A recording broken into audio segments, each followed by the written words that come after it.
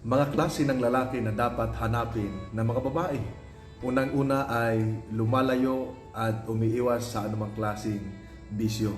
Hindi umiinom ng alak na nakalalasing. Iniwasan nito. Pangalawa, hindi nagsisigarilyo. Pangatlo, hindi po ito nagsusugal o hindi po na-involve o sumasali sa anumang mga klaseng bisyo na ikapapahamak ng kanyang sarili at ng kanyang pamilya. Pang-apat ay umiiwas sa mga barkada na naka-i-influensya sa kanya ng masama. Panlima, mga minamahal na mga kaibigan, ay dapat ang pamilya ang priority niya, hindi barkada. Ano po, responsableng asawa, responsable sa mga anak, ginagampanan ng kanyang tungkulin bilang padre de pamilya o bilang lalaki. Ano po, at higit sa lahat ang panghuli, dapat may takot sa Diyos. Fear God, di ba? May takot sa Diyos, naglilingkod sa Diyos. Ang kanyang pamilya ay dinadala sa paglilingkod, hindi po sa pagtalikod. Ano ho?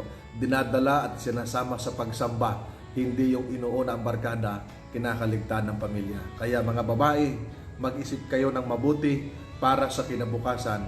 Piliin ang lalaki na may ganitong mga pag-uugali at ganitong klaseng lalaki. Sapagkat pagka nagkamali kayo ng desisyon na inyong pakikisamahan at pakasalan, habang buhay nyo yung pagsisisihan, mga minamahal. Kaya mag-isip bago